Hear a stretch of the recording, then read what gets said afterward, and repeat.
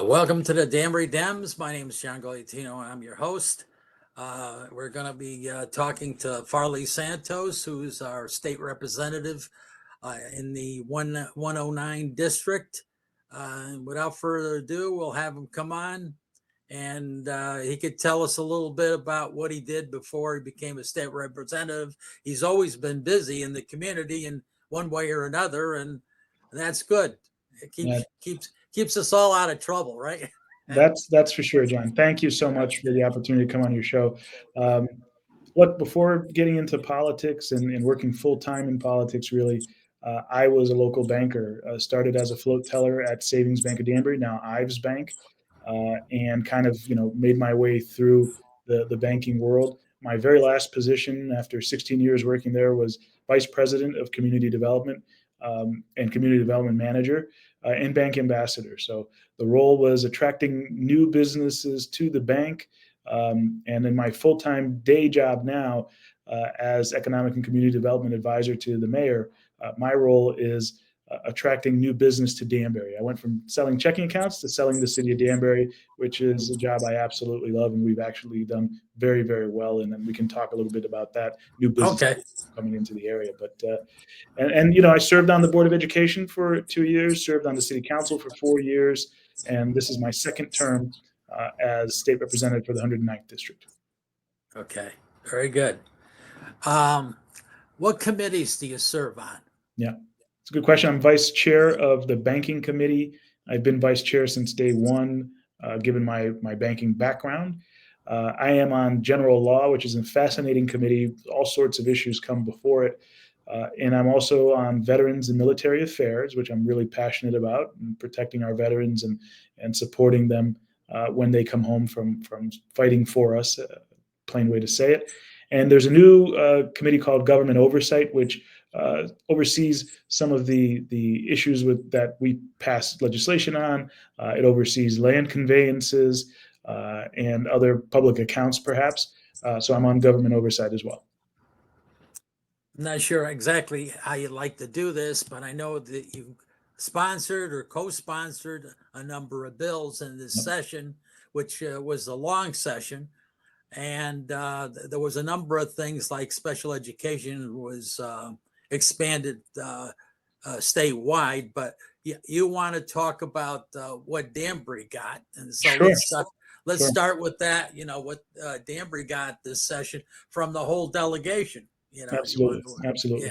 Yeah. Look, there were several bills that I co-sponsored that dealt with direct issues, policy issues like special education. We knew we needed to do more. We needed to provide more funding for school districts who are seeing rising costs and additional influx of special education needs. These are our students that we must educate, and I'm dedicated to doing that. But we also need to provide the funding for the districts to be able to do that at the level of education that they should be getting.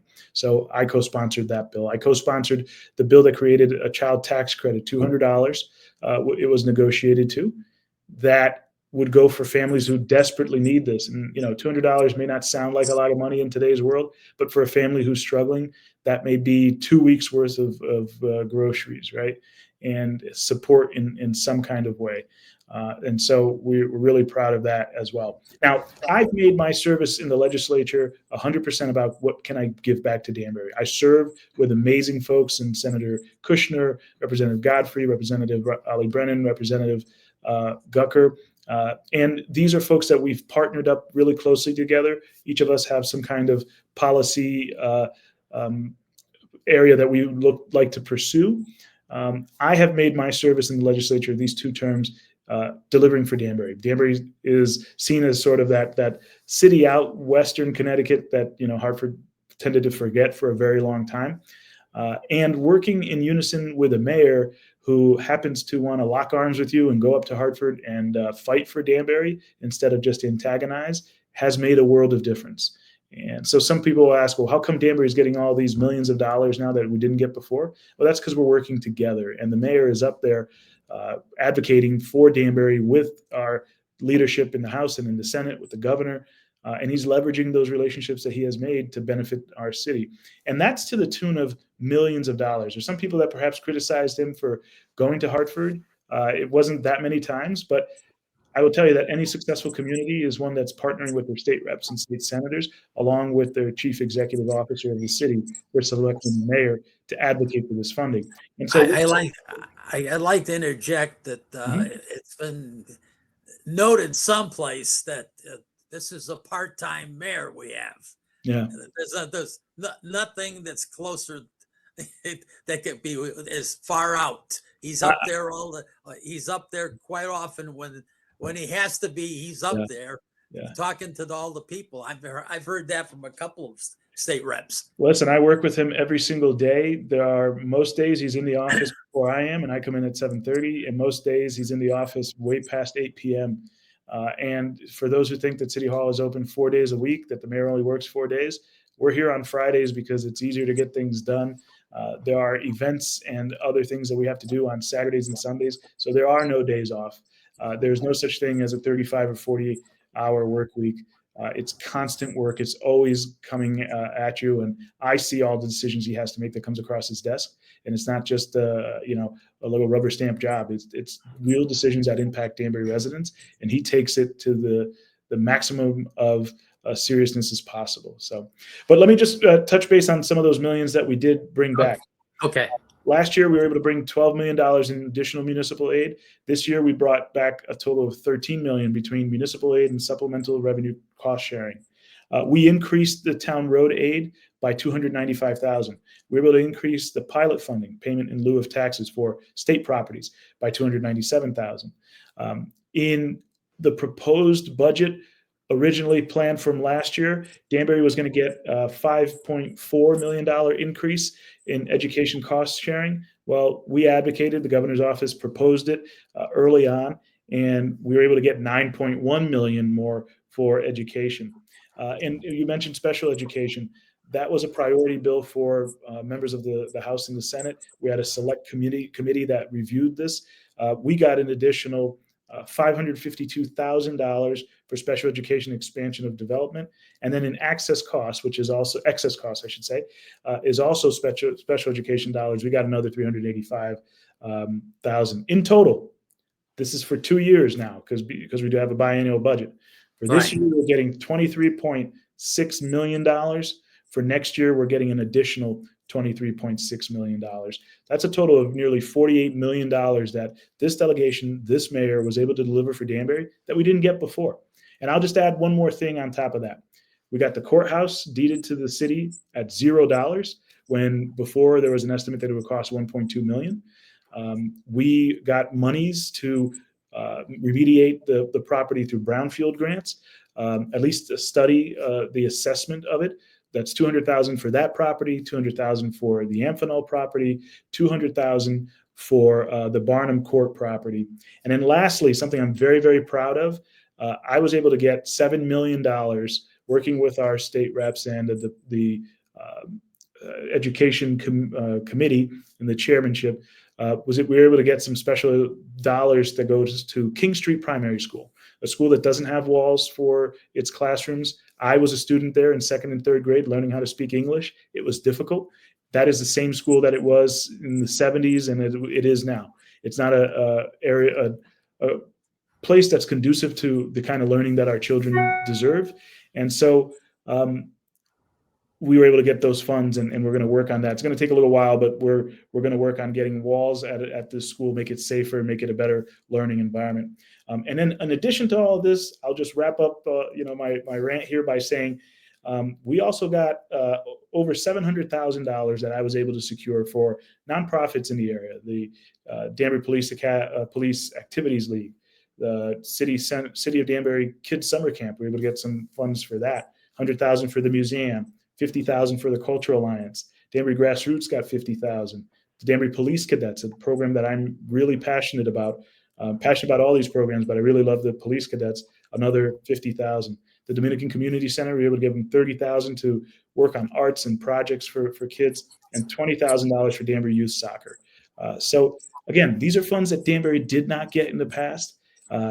We had very good state reps for a very long time, but they didn't work in unison. We all are in unison now. We're working hard for our city, along with our mayor. He and I, Senator Kushner, and our reps, we're able to deliver all this for Danbury that we didn't get before. Even though I'm not in the board anymore, I still keep track on what goes on there. Danbury Youth Services got some additional monies too, thanks to you and the delegation as well. Yep. Yeah.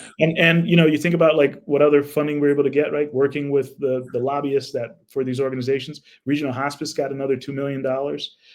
There's the WestCon Center for School Safety at WestCon got another 1.3 million, right? In 1 year, 1.2 in the next. Danbury Youth Services, $83,000, and so at Advanced $50,000. So these funds continue, right? And we're really proud to be able to do all this that we were able to accomplish this session. Very good. Now, as you were going through, there might be people that even live in Danbury that don't look at the news anymore, or the paper, it costs too much, and they just don't go online. Tell us about what's being done at the courthouse. So the courthouse has been sitting empty for a long time. It's a historical building. It's a beautiful building. There was a plan that perhaps would, in the past, that would buy the courthouse and adjacent properties, and it would be turned into not the courthouse itself, but housing for workforce development there. That would require purchasing it from the state. Well, we were able to get it for free for Danbury. What we're going to do is we're going to assess the remediation that has to happen there. Because we know that it's perhaps a little bit dilapidated. There are fundings through grants that the state has, and I'm working closely with the Department of Economic and Community Development for the state. That's how this all sparked. It was that conversation and getting them to understand that, we don't want this building to fall apart. We want it to be part of the revitalization that we have going on downtown. And so once we assess all of that, once we were able to remediate all of that and do the renovations that it would need, we will then look at what we can utilize it for. And one of the parameters in which they would gift this to the city was that we would use it for municipal services. So we may look for departments of the city that would operate from there. City Hall is bursting at the seams, so we may have some departments there. We can certainly work with other nonprofits, such as the Danbury Museum, for some of that space. But the mayor's vision really would be to utilize that courtroom space for our youth. We have great programs at Danbury High School for pre-law and government, and perhaps that courtroom can be used for mock trials for students. There's a lot of opportunity here. We just couldn't let this beautiful asset go to waste and be an eyesore in our downtown. Then there were a couple other things you had mentioned as we were going through. So much for this, so much for that. I didn't quite pick up. I went fast. Not as sharp as I used to be. That's all right. But I did see them go by. There you go. So you talked about a couple other things. Yeah. I mean, these are all programs that help students in or youth, I should say, in Danbury, right? The Danbury Summer Camp. City of Danbury Summer Camp is something that we brought back into the city to operate at a lower, more efficient cost. The previous administration had outsourced that, but was paying it with ARPA funds and basically subsidizing another business to run the City of Danbury Summer Camp. Well, we brought it back to the Recreation Department, and it's been successful so far. Just opened up this week, so it's going okay. So I was able to get some funding to help with that. These are all opportunities that, again, Danbury didn't have before, but we were able to. I've made my service in the legislature is connecting with folks that can help us deliver for Danbury, and leveraged partnerships, leveraged friendships, and also made sure that we made worthwhile conversations that led to these successes that we were able to get. Again, this doesn't happen by chance. It happens with precision, strategy, and hard work. Mayor and I, along with our senator and reps, that's exactly what we did. Now, to bring up another subject, changing hats a little bit, but you can go back, Sure. they're all doing it part of the same report. That's right. The firehouse. Have we located a property yet? Or Yeah, we're in the process of analyzing properties where the best opportunity is, right? The fire chief and the mayor are more involved in it than I am. I do economic development for the city. So as of right now, we are researching these properties. We also want to make sure that it is a fair deal for the city, right? That we're getting something that isn't astronomically costly or over what it should be, overinflated. And so those conversations are going right now. I can tell you for a fact that that is the mayor's priority. The fire chief's priority is that Danbury gets something that is fair and that is going to provide the safety and coverage that is intended with this 27th firehouse. When it happens, that's going to lower homeowners insurance for people Absolutely. on the west side. Absolutely. Because it went to a certain point, but then beyond that, to the border, those people had higher rates. So Absolutely. this will lower their insurance rates. It will. That's important to do. And while I have my other hat on, I can talk a little bit of economic development that's going on in the city. I was going to ask you that. Go ahead. Yeah, I'm really proud of the work that we're doing because we're working, again, very, very hard. Mayor and I are often talking with new business owners. I just had a meeting earlier today with another developer who's looking to bring 125 jobs to Danbury. And soon it'll be announced that there's an electronics company that is moving, again, from outside of Danbury into Danbury, bringing 60 jobs, going into a location that had been previously empty. And that is the kind of economic growth that the city needs, right? These are people that are going to be driving through Danbury. Perhaps they don't live here because it's a neighboring town, but they're going to go to our stores. They're going to go to our restaurants, right? And my vision for this role was, let's diversify it. Let's go out to Stanford and bring those developers who are building there. Let's go talk to people who are outside of the city to try to bring them in. Illicit Brewing just opened over on Bacchus Avenue. That's something that was planned for a long time ago, before our administration, but they had a stopgap with permits. And my role as a liaison with economic development in our permitting departments is to bridge that divide there and get them through the process. Same thing that we did with Ives Bank. So now you got a beautiful brewery location in that area there that will provide another place of entertainment for folks, right?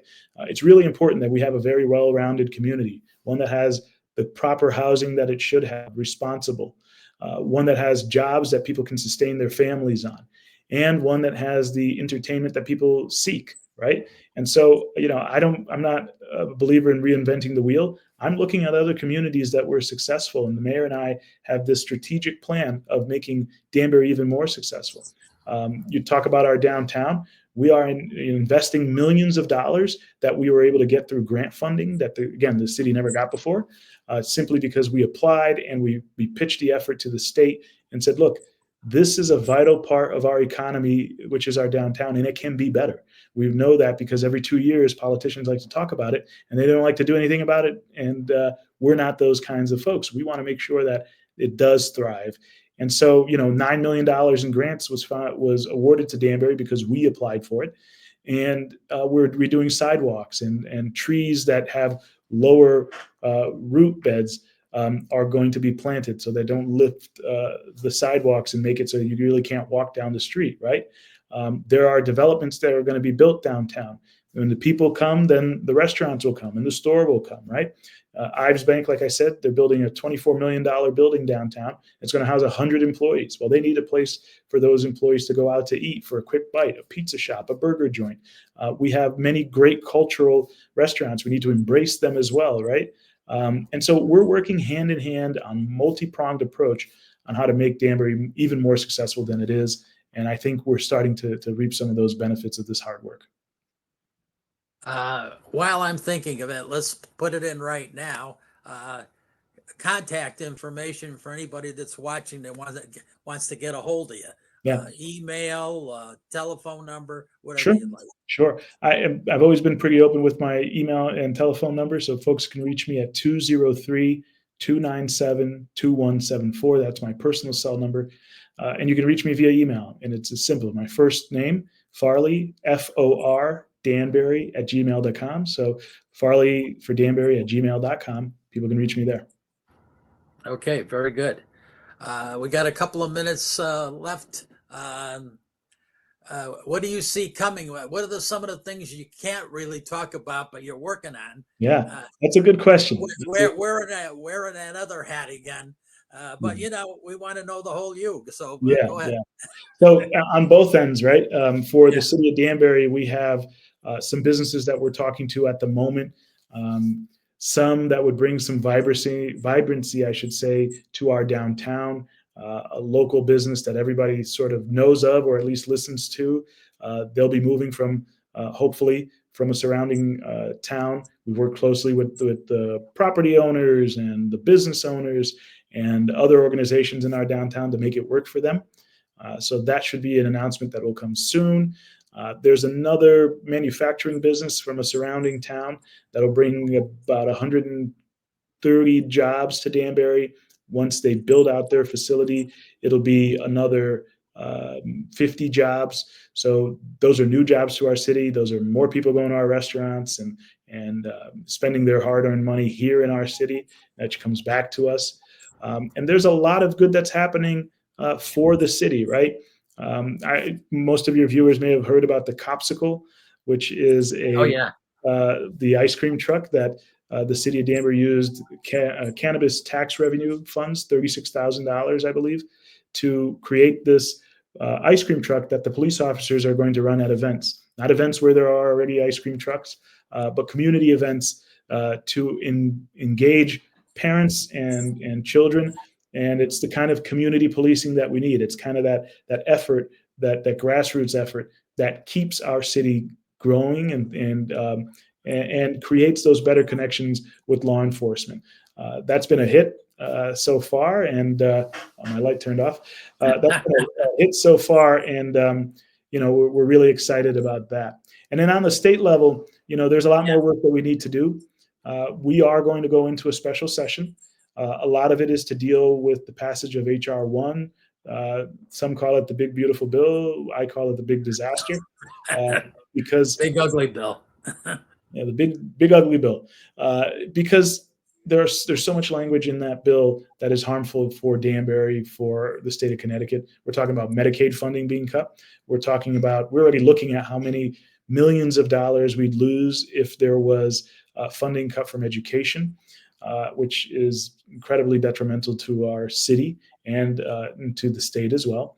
And there are some other we're losing the meals program, whatever they call it. Right. And education funding that we get from the federal government. There are some tranches of money that we're already expecting that we would lose, And earlier this year, some of those cutbacks that happened, the DOGE cuts, we lost 9 health employees that were federally funded. Now we were able to keep them. We found opportunities where we had to take out of our own pockets, but they were federally funded positions.